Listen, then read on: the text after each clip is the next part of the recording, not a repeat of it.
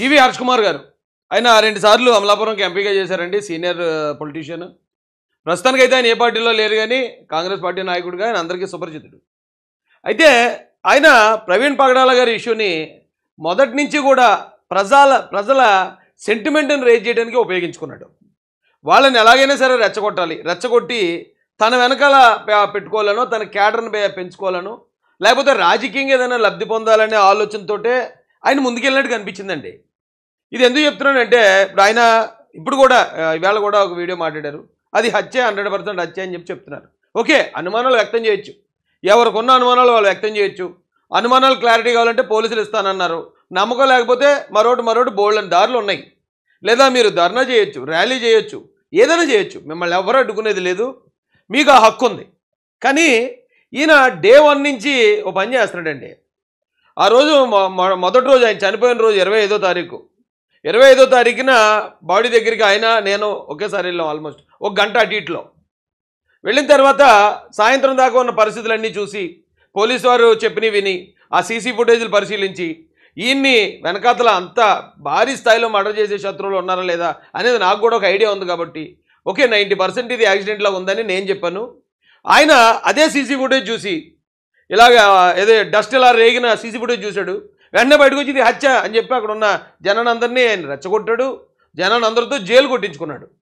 నేనైతే మాత్రం అంతమంది జనం అది హత్య అనుకుంటున్నా సరే అంటే నేను అనుకుంటున్న నా నమ్మకం ఏంటంటే అండి, ఒకవేళ ప్రజలు ఏదైనా తెలియక ఒక అబద్ధంలో వాళ్ళు అబద్ధాన్ని నమ్ముతున్నారు అనుకో, ఒక చిన్న స్థాయి నాయకుడిగా మనకు తెలిసిన నిజం వాళ్ళకి చెప్పి వాళ్ళని సంయమనపరచాలి.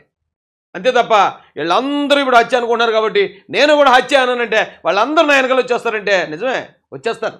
కానీ వాస్తవాలు తెలిసాక మన క్రెడిబిలిటీ పడిపోద్ది. ఆ రోజు నేను అది లేదంటే అది 90% యాక్సిడెంట్లో కనిపిస్తుంది అన్నాను. అక్కడ మాట్లాడేసాను కాసేపు. ఓకే, కొంతమందికి అది నచ్చలేదు. నేను మామూలు కార్యక్రమం వచ్చాను. కానీ ఈయన ఆ రోజు నుంచి మొదలుపెట్టాడు నన్ను టార్గెట్ చేయడం. తెలుగుదేశం అధికార ప్రతినిధిని కొట్టబోతే పారిపోయాడు అన్నాడు ఒకసారి. మరోసారి ఆడి గురించి ఏం మాట్లాడతాం అంటాడు ఇంకొకసారి.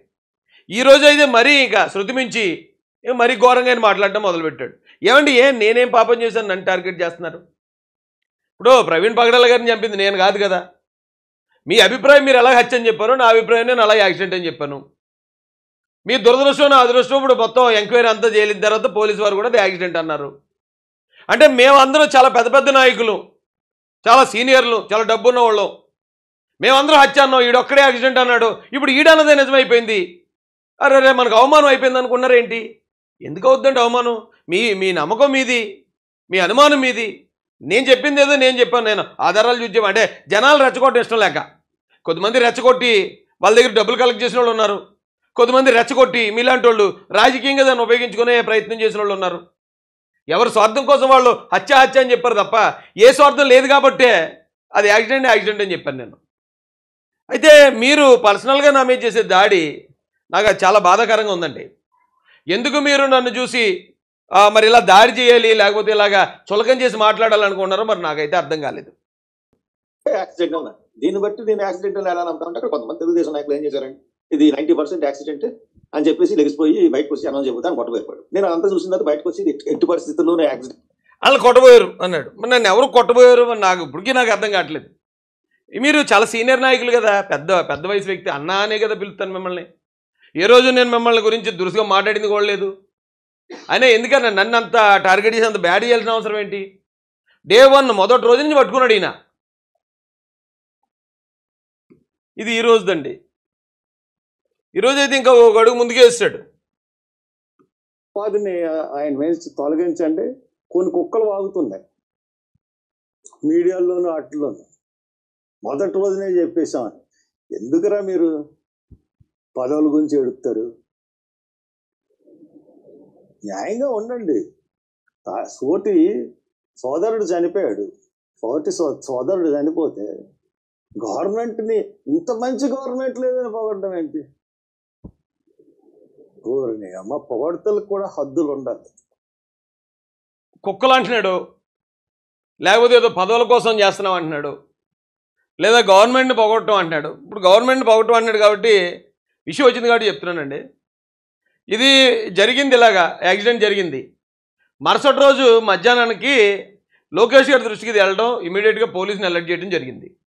పోలీసుని అలర్ట్ చేయడంతోనే సీఎం గారు స్పందించడం జరిగింది. మరుసటి రోజుకి హోంమంత్రి గారు అక్కడికి వచ్చారు. ఐజీ గారి దగ్గర నుంచి డీజీపీ గారి దగ్గర నుంచి ఐజీ గారు, ఎస్పీ గారు ఒక సిట్ను నియమించడం జరిగింది. యుద్ధ ప్రాతిపదికన 500 సీసీ కెమెరాలు పరిశీలించారు.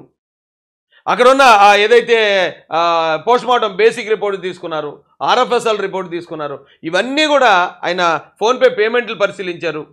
దాదాపు 100 మందిని ఎంతమందిలో సాక్షులను విచారించారు. యుద్ధ ప్రాతిపదికన చేశారండి. 14 రోజులు మొత్తం గవర్నమెంట్ అంతా దీని మీద పనిచేసింది. పనిచేసి ఈ ఆయన మృతి వెనుకున్న ఆధారాలు గవర్నమెంట్ బయటపెట్టినప్పుడు, అరే మన కోసం పనిచేసే గవర్నమెంట్ని అప్రిషియేట్ చేయడంలో తప్పే ఉంది. అంటే ఇప్పుడు దాకా గవర్నమెంట్లు ఏమి కూడా మన తరపున పనిచేయకపోవడానికి కారణం ఇలాంటి నాయకుడు అయి ఉంటాడండి. ఇలాంటి నాయకులే. ఎందుకంటే వీళ్ళ స్వార్థం కోసం మన కోసం పనిచేసే గవర్నమెంట్లు కూడా తిడతారు. అప్పుడు గవర్నమెంట్లు ఏమనుకుంటే, రే వీళ్ళకి ఎంత చేసినా ఇంతేరా, విశ్వాసం ఉండదు వీళ్ళకి అనుకుంటారు కదా. ఇప్పటి వరకు గవర్నమెంట్లు మనల్ని ఎందుకు పట్టించుకోవా అనుకునేవాడిని. ఇలాంటి పెద్దన్నలు ఇచ్చే ఇలాంటి స్టేట్మెంట్ల వల్ల అన్నమాట అండి. గవర్నమెంట్ అంత గట్టిగా పనిచేసినప్పుడు మన తరపున అక్కడ న్యాయం జరిగేలాగా, అంటే వాస్తవాలు ఏంటో వెలికి తీసే ప్రయత్నం ఇంత ఇమీడియట్గా, ఏమంటే ఇంతకుముందు జరిగిందా? ఇప్పుడు ఎవరో వివేకానంద రెడ్డి గారు హత్య జరిగింది, జగన్మోహన్ రెడ్డి గారు 5 సంవత్సరాలు ఉన్నారు, ఏమైనా బయటకు వచ్చిందా? అలాంటి ఎన్నో కేసులు మరుగున పడిపోయి, అలాంటిది 14 రోజుల్లో మొత్తం A to Z ఎక్కడ ఏం జరిగింది ఏంటనేది వివరాలన్నీ మనకు అందించి కేసు క్లోజ్ చేసినప్పుడు అప్రిషియేట్ చేస్తే ఏం తప్పుందండి? అదేమో నా స్వార్థం కోసం చేయలేదే. పోనీ నేనేమి అది అప్పుడు తెలుగుదేశం పార్టీలోనో లేకపోతే కూటమిలోనో నేనేమో అధికారంలో లేనే, నాకేం పదవులు లేవు. ఒకవేళ పలానా పదవి ఉంది నాకంటే, ఆ పదవి ఇచ్చారు కాబట్టి నువ్వు ఇలా మారుతున్నారు ఐజీ అన్నారంటే పోనీ ఎంతో కొంత ఉంది అర్థం. అరే కొత్త పార్టీ గెలిచిన తర్వాత నేను ఇల్లు కదలలేదు, మా ఊర్లోనే కూర్చొని ఉన్నాను. అయినా ఇంకా పదవుల కోసం చేశాడు, లేకపోతే అధికార ప్రభుత్వం కోసం చేశాడు, ఎలాగనగలుగుతున్నారన్న బాబు మీరు? కేవలం ప్రవీణ్ గారి విషయంలో క్రైస్తవుల మనోభావాలు, వాళ్ళ ఆందోళన తగ్గించడానికి ప్రభుత్వం ఇంత ఇమ్మీడియట్గా యుద్ధ ప్రాతిపదికన పనిచేస్తుంది కాబట్టి నేను థ్యాంక్స్ చెప్పాను. కానీ ఇదే మీరు ఇన్ని చెప్పే మీరు థ్యాంక్స్ చెప్పారు. అదే చంద్రబాబు నాయుడు గారికి మళ్ళీ ఎలా చెప్పారండి థ్యాంక్స్?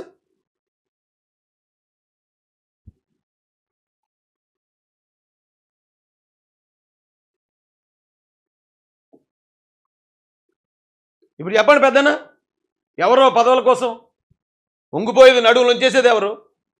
కాళ్ళకి దండాలు పెట్టింది ఎవరు? ఆయన ఇప్పుడు నాలాంటి ఏదో పొగిడేటంటే అర్థం ఉందండి. ఆయన పెద్ద ఆయన చంద్రబాబు నాయుడు గారు, అరే మన కోసం ఇంత పని చేశారు కాబట్టి నేను పొగిడాను. ఆయన సమకాలికలే కదా. మీరు ఒక ఎంపీ పదవి కోసం, ఒక ఎంపీ సీట్ కోసమే కదా ఆ రోజు కాళ్ళ మీద పడ్డారు.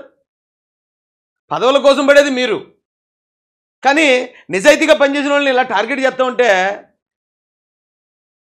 ఎలా రియాక్ట్ అవ్వాలో కూడా అర్థం అవట్లేదండి బాబు ఒక్కోసారి. వాటిని ఆయన వేసి తొలగించండి. కొన్ని కుక్కలు వాగుతున్నాయి మీడియాలోనూ వాటిలోనూ.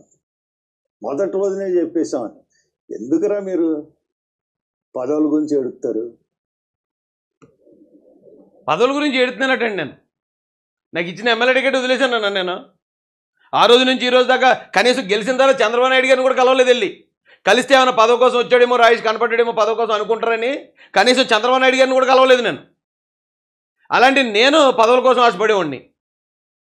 ఒక అమలాపురం ఎంపీ టికెట్ కోసం అదే పెద్ద చంద్రబాబు నాయుడు గారి కాళ్ళకి దండం పెట్టి ఆశీర్వాదం తీసుకున్న మీరు ఈరోజు జాతి కోసం నిలబడే పెద్ద నిజాయితీ పరుల నాయకులని మీరు చెప్తున్నారు. నేను మిమ్మల్ని విమర్శించాలని నాకు ఎప్పుడూ లేదు. కానీ ఏంటి రోజు రోజుకి శృతి మించిపోతుంది. వేళ కుక్క అన్నారు, రేపు పొద్దున ఇంకోటి ఏమైనా బూతుమాట మాట్లాడతారా? అసలు ఈ ఎంటైర్ ఈ విషయంలో మీరు అటాక్ చేయాలంటే ఓకే, మీకు ఎవరు శత్రువులు ఉన్నారో వాళ్ళ మీద మాట్లాడండి. రాజేష్ మాసాన్ని అటాక్ చేస్తే ఏమవుతుంది? ఇది ఒక ఈర్ష్య, అసూయ అలా కనపడుతుంది. కానండి మీరేదో నా మీద పోటీ పడుతున్నట్టు ఉండదు. ఒకవేళ నేనేదన్నా ప్రెస్ మీట్లో మీ గురించి ఖండించానంటే ఖండిస్తాను. నేను తెలుగుదేశం పార్టీ అధికార ప్రతినిధిని. మీరు ఏ సాక్ష్యాధారాలు లేకుండా ఇది గవర్నమెంట్ మీద ఆపాదిస్తున్నారు కాబట్టి నేను ఖండిస్తాను. మీరు ఖండించండి, అంతేగాని పర్సనల్గా వెళ్ళిపోయి మీరు కుక్కలో పిల్లులు నక్కలో ఏంటండి ఈ పదజాలం ఏంటి? అంతకన్నా బేబచ్చం ఆడగలుగుతాం మేము. కాకపోతే ఏదో పెద్దోళ్ళు కదా, ఇంకా గౌరవించి మీరు ఎన్నన్నా అలా పడుతూ ఆ సర్లే అంటే అన్నాళ్లే పెద్దోళ్ళే సర్లే ఏదో ఆ ఫ్రస్ట్రేషన్లో ఉన్నట్టున్నాళ్ళే అని చెప్పి ఊరుకుంటూ ఉంటే ఇంకా ఇదేంటండి ఇలా మీదకి ఎక్కేస్తుంటే ఎలాగా? న్యాయంగా ఉండండి. సోటి సోదరుడు చనిపోయాడు. సోదరుడు చనిపోతే గవర్నమెంట్ని ఇంత మంచి గవర్నమెంట్ లేదని పొగడ్డం ఏంటి? ఈయన యాక్సిడెంట్లో చనిపోయారు. ఆ యాక్సిడెంట్లో ఉన్న పూర్తి వివరాలు గవర్నమెంట్ పని కట్టుకుని మన కోసం అంత పని చేసింది. పని చేసినప్పుడు ఆ గవర్నమెంట్ని ఒకవేళ థ్యాంక్స్ చెప్తే తప్పే ఉందండి? గవర్నమెంట్ కానీ చంపేసింది ఏంటి ప్రవీణ్ పగడాల గారిని? పోనీ అలా చంపేస్తే నేను గవర్నమెంట్ మీద మీకన్నా ముందు నేనే నిలబడతాను ఫైట్ చేయడానికి. అక్కడ చంద్రబాబు నాయుడు గారు లేదా లోకేష్ గారు పవన్ కళ్యాణ్ గారు చంపేశారా ఏంటి? ఏం మాట్లాడుతున్నారండి మీరు? నాకు అర్థం కాదు. ఆ బోటు మునిగిపోయినప్పుడు కూడా ఇదే చేశారు మీరు. బోటు దురదృష్టవశాత్తు మునిగిపోయింది. ఆ మునిగిపోయినప్పుడు ఆ బోటు ఓనర్ మీదో లేదా బోటుకు పర్మిషన్ ఇచ్చిన అధికారి మీద మీరు ఫైట్ చేయడం అనేసి జగన్మోహన్ రెడ్డి బోట్లో ముంచేసి జనాలు చంపేసాడు అన్నారు మీరు. ఎందుకన్నా ఇలాగా అడ్డదిడ్డమైన వాదన ఎందుకు? మీ పరువే పోతుంది కదా ఈ రోజున.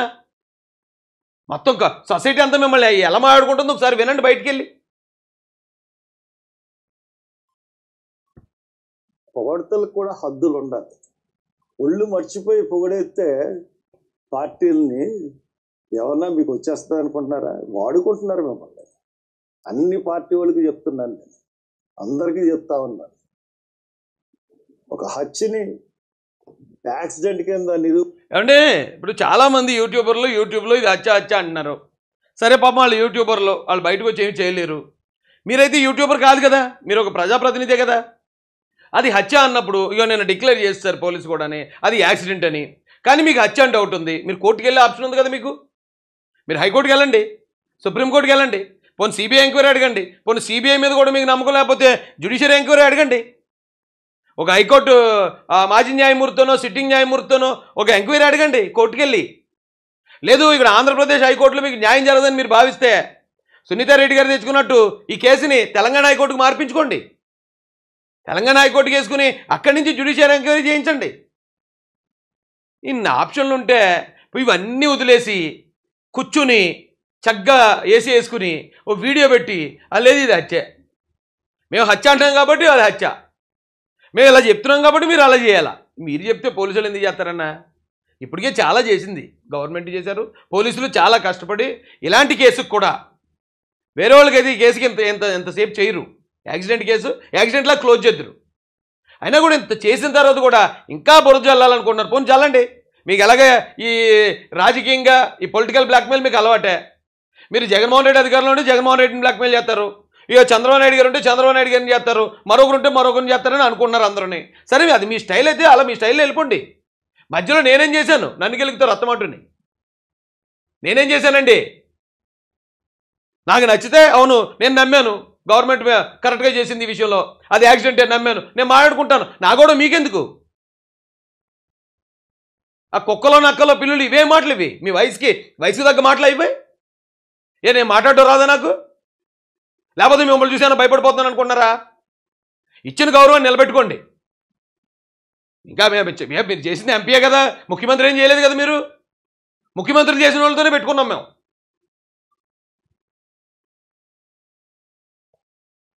చూపించడానికి వ్యవస్థలన్నీ కష్టపడిపోయినాయి. కానీ ఇది నేను ఎట్టి పరిస్థితుల్లోనూ ఒప్పుకోను. నా దగ్గర ఆధారాలు అంటారు, నా దగ్గర ఆధారాలు ఎలాగుంటాయి? ఎవరు ఆధారాలు సమర్పించలేదు. ఆధారాలు సేకరించడం మీ పని, మా పని కాదు. మాకు అనుమానాలు వ్యక్తం చేయడం మా పని.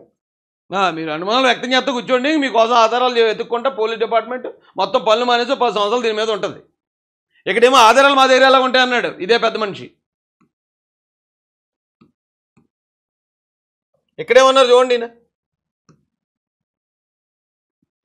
ప్రవీణ్ పగడాల మీరు చంపేశారు, ప్రభుత్వం చంపేసిందో ఎవరు చంపేశారో చంపేశారు. 3 వారాలు 4 వారాలు ప్రభుత్వం చంపేసిందటండి. ప్రవీణ్ పగడాల కానీ ప్రభుత్వం చంపేసిందే. విమర్శ కన్నా కాస్త కొంచెం దగ్గరికన్నా ఉండాలి కదండి. ఎఫ్ఎస్ఎల్సి రిపోర్టు ఫారెన్సిక్ సైన్స్ లేకపోతే చంపేశారు. 3 వారాలు 4 వారాల్లో 3 వారాలు 4 వారాల్లో ఎఫ్ఎస్ఎల్ రిపోర్ట్ వస్తుందని చెప్పాడైనా అన్నాడా? 2 వారాల్లో వచ్చేస్తే ఇన్ని రోజులు ఎందుకు పట్టింది తేమన్నారు ఇప్పుడు. మామూలు జనరల్గా అయితే 3-4 వారాలు పడుతుంది, నెల రోజులు కూడా పడుతుందట, 2 నెలలు 3 నెలలు కూడా పడుతుందట ఒక్కోసారి ఆర్ఎఫ్ఎస్ఎల్ రిపోర్ట్ రావడానికి. కానీ ఇక్కడ 14 రోజుల కన్నా ముందే, 2 రోజుల ముందే వచ్చింది. వచ్చిన మొత్తం ఇవన్నీ కూడా నేను బేరీ చేసుకుని అన్ని టాలీ చేసుకుని 2 రోజుల తర్వాత వచ్చామండి అని ఈజీగా చెప్పారు నిన్న. అంటే 14 రోజుల కన్నా ముందే వచ్చేసింది, 12 రోజులకు వచ్చేసింది. 12 రోజులకు ఆర్ఎఫ్ఎస్ఎల్ రిపోర్ట్ వస్తే ఇంత లేట్ ఎందుకు అయింది అనేది మీరే. ఇక్కడ 3 వారాలు 4 వారాలు పడుతుంది అన్నది ఈయనే. 4 వారాల్లో ఎఫ్ఎస్ఎల్ చంపేశారు. 3 వారాలు 4 వారాల్లో FSLC report, forensic science laboratory report కూడా ఇవ్వండి. ఖచ్చితంగా ఇది హత్య. మీరు దాని ప్రకారం ఇస్తారో మరి ఏ రకంగా ఇస్తారో అన్నది మేము చూస్తూ ఉంటాం. మీరు తప్పుదోవ పెట్టించారంటే మటుకు అందరూ ఇరుక్కుంటారు. కానీ ఇది హత్య అని నేను చెప్తున్నాను.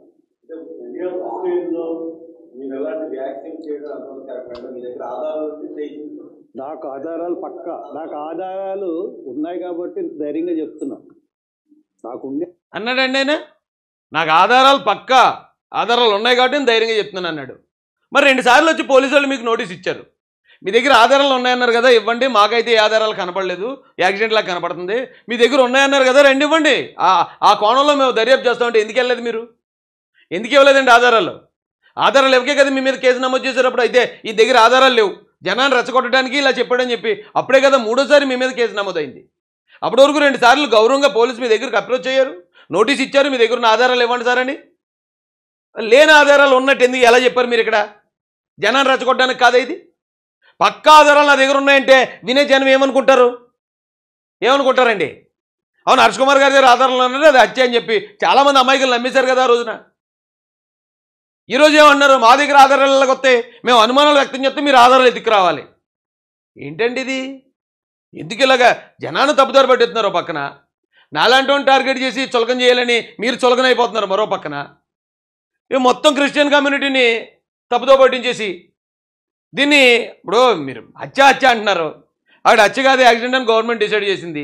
మీరు ఇప్పటికీ హత్య అని చెప్పి రెచ్చగొడుతున్నారు క్రిస్టియన్స్ని. రేపు వాళ్ళు బయటకు వస్తారు, అది హత్య అంటున్నారు కదండి, మాకు ఎందుకు జరగలేని న్యాయం అని వాళ్ళు బయటకు వస్తారు. బయటకు వచ్చి వాళ్ళు ఇతర మతాల మీద ఏమో ఎవరో ఒకరు ఎక్కువరోడో గబుక్కుమని ఏదో కామెంట్ చేస్తాడు. చేసిన తర్వాత మేము చేయని దానికి మమ్మల్ని అన్నారు ఏంటని వాళ్ళు వస్తారు. మరి ఇంకా మత విద్వేషాలు ఎలా అంటుకుంటే ఇలాగే కదా, ఇది మత విద్వేషాలు రేపే ప్రయత్నమే కదా. మతాల మధ్యలో గొడవలు పెట్టి మధ్యలో పొలిటికల్ చలిమంట కాసుకునే ప్రయత్నం కదా ఇది. ఆధారాలు నాకు ఉంటాయి, నేను లేకపోతే అది హత్య అని ఎలా చెప్పగలుగుతాను? నాకు మీకు ఎలాగ ఆధారాలు ఉంటాయి? మీరు వార్త రాసినప్పుడు నా ఆధారాలు నేను బయట పెట్టను, ఇది హత్య అని చెప్తున్నా.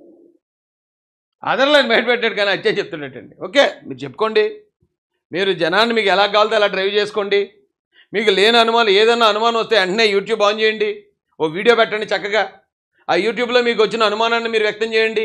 పోలీసులు మొత్తం పనులన్నీ మానుకుని హర్ష్ కుమార్ గారు యూట్యూబ్లో ఏం పెట్టారో అని వెతుకుతూ కూర్చుంటారు.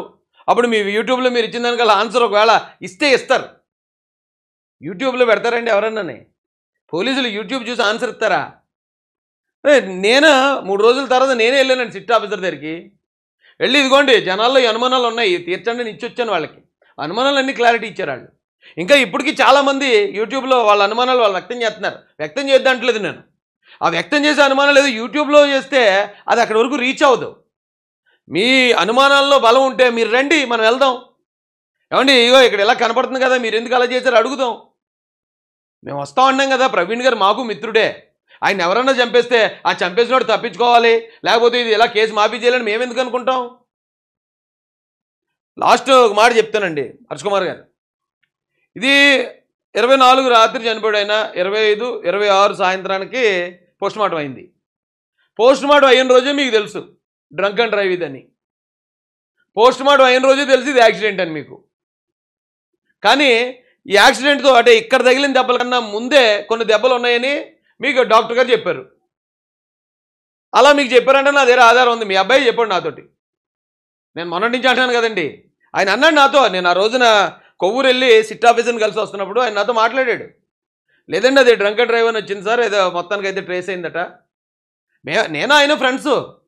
అప్పుడు కూడా నేను నమ్మలేదు ఆయన తాగడండి అన్నాను. నేను ఆయన తాగే అలవాటు లేదండి అంటే లేదండి అంతకుముందు ఎప్పుడు ఆయనకి ఇదైందంట, ఉందట, అది యాక్సిడెంట్ అన్నారు. కానీ దెబ్బలు ఉన్నాయట, ఈ యాక్సిడెంట్లో తగిలినవి కాకుండా అంతకుముందే దెబ్బలు ఉన్నాయట. ఒకవేళ దారిలో ఎక్కడైనా ఏదైనా గొడవ అయిందేమో, ఎవరైనా ఏమైనా కొట్టారేమో. కానీ ఇక్కడైతే యాక్సిడెంట్ అనే చెప్తున్నారు డాక్టర్లు అయితే కన్ఫర్మ్. కానీ దారిలో ఇంకొక ఏదైనా గొడవ ఉండొచ్చు అండి అని చెప్పి ఆయన చెప్పాడు నాతోటి. కావాలంటే అడగండి మీ అబ్బాయిని. అయితే అప్పటికి తెలియదు కదా. ఇప్పుడు అయితే ఇప్పుడు సీసీ ఫుటేజ్లో ఈయన కేసర్ దగ్గర ఒకసారి పడిపోయాడు, చిల్లకల దగ్గర పడిపోయాడు. ఆ పడిపోయిన దెబ్బలన్నీ అక్కడికి వెళ్ళి వాళ్ళు బ్యాండేజ్లు వేశారు. ఇవన్నీ మనకు ఆ తర్వాత తెలిసాయి. ఆయన నాకు ఎప్పుడు ఫోన్ చేశారు? 28వ తారీఖున ఫోన్ చేశారు. 28వ తారీఖున ఆయన నాతో చెప్పిన మాటలు ఇవి. కానీ తర్వాత కాలంలో ఆయన అంతకుముందు కూడా పడిపోయాడు, అక్కడ కూడా పడిపోతే ఆ డ్రెస్సింగ్ చేసామని వాళ్ళు వెళ్ళి వచ్చి చెప్పిన మాటలు. అంటే యాక్సిడెంట్ కన్నా ముందు దెబ్బలు ఉన్నాయనేది కూడా అప్పుడే తెలుసు మీకు. అది యాక్సిడెంట్ అని తెలుసు, డ్రంక్ అండ్ డ్రైవ్ అని తెలుసు. ఎప్పుడు 26వ తారీఖున అనుకుంటా ఎప్పుడు ఇది జరిగింది, పోస్ట్మార్టం జరిగింది. 25 అంతా ఉంది, 26 సాయంత్రం. మీకు 28 తెలుసు హర్ష్ కుమార్ గారు. తెలిసి కూడా మీరు ఇప్పుడు దాకా హత్య అని మాట్లాడుతున్నారంటే ఏంటండి? దాని వెనుకున్న కారణం ఏంటండి? తప్పు కదండి. ఇలాగా ప్రజలు ఒకవేళ ఇప్పుడు వాళ్ళ ఆవేశంలో ఉన్నారు, మీ హత్య అని ఎవడంటాడో ఆడి మాట నమ్ముతున్నారు జనం కూడా. హత్య కాదు అంటే ఇప్పుడు దేశద్రోహాడు మీలాంటి వాళ్ళు దయ వల్ల చాలామందికి. అంటే దాన్ని వైసీపీ వాళ్ళు అల్లేసుకున్నారులేండి. వైసీపీ సోషల్ మీడియా మొత్తం సీన్లో దిగిపోయింది. ఎమానీల్ అని, పీటర్ అని, లేకపోతే ఇంకోటి అని పేర్లు పెట్టేసుకున్నారు. పేర్లు పెట్టుకుని వాళ్ళే మాట్లాడుతున్నారు అక్కడ. ఇదంతా కూడా ఆ స్క్రిప్ట్ అని తెలుసు నాకు. కానీ తప్పు కదండి అలాగా. ఒకవేళ ఎలా చెప్తారు ఆయుష్, నువ్వు దానికి ఆధారాలు ఏమంటూ బయటపెట్టు, నాకు అప్పుడు తెలియదు అన్నారు అనుకో, ఆధారం కూడా బయట పెడతాను. మీరు అడిగితే ఆధారం కూడా పెడతాను. ఎందుకంటే మీ అబ్బాయి నేను చాలా క్లోజ్గా మాట్లాడుకుంటామండి, చాలా విషయాలు డిస్కస్ చేసుకుంటాం. ఆ క్రమంలోనే ఆయన అప్పుడు చెప్పినప్పుడు ఆ తర్వాత నుంచి మీ ప్రవర్తన చూసి నాకు చాలా ఆశ్చర్యం వేసేది. అరే ఇదేంటి, ఇది యాక్సిడెంట్ అని తెలుసు కదా, డ్రంక్ అండ్ డ్రైవ్ అని కూడా చెప్పారు. అయినా కూడా ఈయన ఎలాగా పెర్ఫార్మెన్స్ చేస్తున్నారు, ఎంత దారుణంగా ఎలా మాట్లాడుతున్నారు నాకు అర్థం కాలేదండి. ఇలాంటి రాజకీయాలు నాకు తెలియవండి బాబు. అలా కూడా మాట్లాడవచ్చు, ఇలా కూడా తెప్పొచ్చు. జనాలకు ఏది ఇష్టమో అది మాట్లాడటం తెలియదండి. అవసరమైతే 10 మందితోటో 10,000 మందితోటో తిట్లు తింటాను కన్నా నేను భరించేస్తాను. కానీ జనాలకు ఇష్టమయ్యేది కదండి. నిజం ఏది ఉందో అదే చెప్తాను. నేనైతే తిడతారు నన్ను, నాకు కామనే అది. ఎవడన్నా తిడితే ఒకవేళ 100 మంది కాదు 1000 మంది తిట్టుకోమని నాకేం కొడుతుంది? ఆ తిట్లు నన్ను ఏమి కనీసం నా ఎడంకాలు చిటికిన వేల మీద ఉన్న వెంట్రుకను కూడా కదపలేవు. 10,000 మంది కదా 1,00,000 మంది తిట్టినని. నేను ఎప్పుడైనా తప్పు చేశానంటేనే నాకు గిల్టీ ఫీలింగ్. మీరు ఎక్కడికెక్కడే ఆధారాలు ఉన్నాయన్నారు, ఎక్కడికెక్కడే ఆధారాలు నా దగ్గర ఎలాగ వస్తాయి అంటున్నారు. అక్కడికక్కడే తెలుగుదేశం అధికార ప్రతినిధిని కొట్టారన్నారు, కుక్కలు ఉన్నాయన్నారు, పదవుల కోసం అంటున్నారు. మరి మీరు చేసింది ఏంటి సార్? అదే తెలుగుదేశం పార్టీ, అదే చంద్రబాబు నాయుడు గారు, అదే కండువా, అదే పాదాభివందనం. ఎలా సార్ అలాగా? ఇంకా ఎందుకు నన్ను టార్గెట్ చేస్తారు? ఎందుకని నా బాధ. ఇప్పుడు నేను ఇందాక ఒక పోస్ట్ పెట్టాను,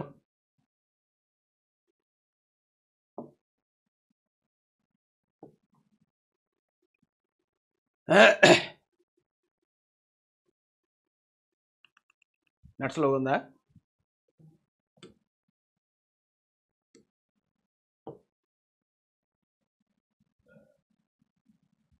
హర్ష్ కుమార్ గారు, మీరు ఎక్కడో ఉండి వీడియోలు పెట్టి జనాల్ని రిఫుల్ చేయకుండా తెలంగాణలో రీపోస్ట్ మార్టం చేయించి ప్రవీణ్ గారి హత్యని నిరూపించాల్సిన సమయం వచ్చేసింది రండి.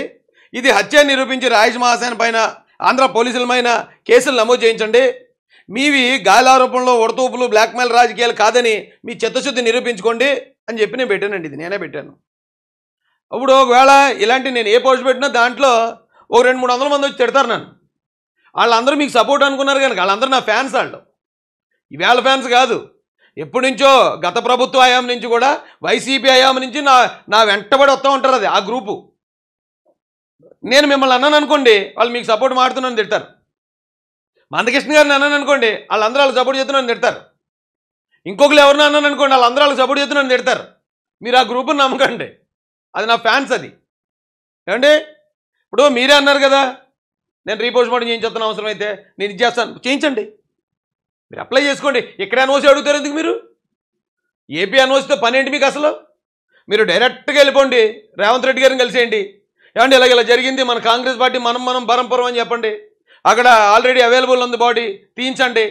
ఇక ఇక్కడ కావాలంటే ఆ వీడియో ఫుటేజ్ ఏదైతే ఉందో వీడియో కెమెరాతో మొత్తం అంతా తీశారు కదా, వీడియో కవరేజ్ అయితే ఉంది కదా, అవి కావాలంటే మీరు కోర్టు నుంచి అడిగితే కోర్టుకు సబ్మిట్ చేస్తారు పోలీసులు. మీకు ఏ రిపోర్ట్ కావాలో ఆ రిపోర్ట్ కోర్టు నుంచి తీసుకోండి. మీరు వెళ్ళి అది చేయకుండా ఏదో యూట్యూబర్ లాగా, ఏదో కుర్రోళ్ళలాగా ఈ వీడియోలు పెడతారేటండి బాబు? చేయండి. మీకు ఏదన్నా అందులో ఏదైనా లేదు రాయశీగా పలానా చోట ఇక్కడ నాకు అనుమానంగా ఉంది, ఇక్కడ ఇలా తప్పు చెప్పారు ఇక్కడ పోలీసులు, నువ్వు కూడా రా దీక్షలో కూర్చొని నేను కూడా వస్తాను. అరే ఇది వదిలేసి ప్రజాప్రతినిధులు కూడా యూట్యూబ్లో వీడియోలు మాడుతూ అక్కడ వదిలేస్తారు. గత ప్రభుత్వంలో డాక్టర్ సుధాకర్ గారి కోసం, సుబ్రహ్మణ్యం కోసం, ప్రసాద్ కోసం, లేకపోతే మరొకరి కోసం మరొకరు రోడ్డుకి ఫైట్ చేశాం కదా, యూట్యూబ్లో వీడియోలు పెట్టి జనాలు రెచ్చగొట్టు వదిలేసామా? వెళ్ళి ఫైట్ చేశాం కదండి. నాకు తెలిసి ఆంధ్రప్రదేశ్లో టాప్లో ఉన్నాను నేను 30 కేసులతోటి. ఇంకెవరి మీద లేవని కేసులు. చంద్రబాబు గారి మీద ఉన్నాయంటే ఇంకా ఆయన మీద ఎప్పుడు ఉండే కేసులేవి. కానీ కొత్తగా పాలిటిక్స్లోకి వచ్చి జగన్మోహన్ రెడ్డి ఆయన ఎదుర్కొని జగన్మోహన్ రెడ్డి గారిని 30 కేసులు, రౌడీ షీటు, హత్యా ప్రయత్నాలు భరించిన 22 రోజులు జైలు చేసిన నేనే ఉండుంటాను. నాకు తెలిసి హర్ష్ కుమార్ గారి మీద కూడా ఆయన కేసులు పెట్టలేదు ఆయన. అరే ఇదేంటండి వీడియోలు పెడతారు ఎందుకు? మీకు అనుమానం ఉంది, పోలీసుల దగ్గరికి వెళ్ళి మనం తేల్చుకోవాలి, పోలీసులతో క్లారిఫికేషన్ తీసుకోవాలి. ఇప్పుడు ఎవరో కుర్రోళ్ళు అనుకోండి వెళ్ళడానికి భయపడతారు. మీరు మాజీ ఎంపీ, మీరు వెళ్తే ఎస్పీ గారు మాట్లాడతారు, మీకు కావాల్సిన వివరాలు అందిస్తారు. అక్కడికి వెళ్ళడం అనేది వీడియోలు పెడతారేటండి బాబు? వీడియోలు పెట్టి మళ్ళీ నన్ను తిడతారు. చేయండి, రీపోస్ట్ మార్టం చేయించండి. తెలంగాణలో మీరు మీకున్న ఛానల్ అంత సర్కిల్ అంతా ఉపయోగించండి. రాహుల్ గాంధీని దింపుతా అన్నారు కదా, ఆయన కూడా దింపండి. ఆయన కూడా చూసి చాలా రోజులు నేను కూడా వచ్చేసారి చూస్తాను అవసరం అయితేని. మొత్తం మీ మీ మీ నెట్వర్క్ అంతా ఉపయోగించండి. ఇందులో ఎక్కడ ఏ అనుమానం ఉన్నా తేల్చండి. అంతే తప్ప మీరు తేల్చాలి, నేను ఇది అడుగుతున్నాను కాబట్టి ఇది తేల్చాలి మీరంటే మళ్ళీ ఆ పోలీసులకి చెప్తున్నారు, మళ్ళీ వాళ్ళు ఏదో చెప్తారు, అది మీరు నమ్మరు. ఇంకెందుకు ఇక్కడ పోలీసులతో పని? మీకు ఆంధ్ర పోలీసులతో పని లేదు కదా, మీరు నమ్మరు కదా. మీరు సిబిఐనే నమ్మనన్నారు. జ్యుడిషియల్ ఎంక్వైరీ వేయించండి. కోర్టులను నమ్ముతారా? కోర్టులను కూడా నమ్మరా? జ్యుడిషియల్ ఎంక్వైరీ వేయించండి. పోనీ కాంగ్రెస్ గవర్నమెంట్ నమ్ముతారు కదా, అక్కడ చేయించండి బాబు. ఎందుకు మాటలు ఎందుకు ఇలా సాగదీయటం? ఈ జనాల్లో ఉన్న అనుమానాలు కూడా తీరిపోతాయి కదా. హత్యే అని చెప్తున్నారు మీరు, మరి అంత నమ్మకం ఉన్నప్పుడు వెళ్ళండి సార్. వెళ్ళి అది హత్య అయితే కనుక నన్ను కూడా బొక్కలేయించండి, పోలీసులను కూడా వేయించండి లోపల, ఆంధ్ర పోలీసుల్ని. మీ చేతిలో అవకాశం ఉంది. హర్ష్ కుమార్ గారు ఏం చేశారా, శభాష్ బాబు అంటారు, వేళ మమ్మల్ని తిట్టేవాళ్ళందరూ మీకు నీరాజనాలు పడతారు. ఆప్షన్ ఉంది కదా.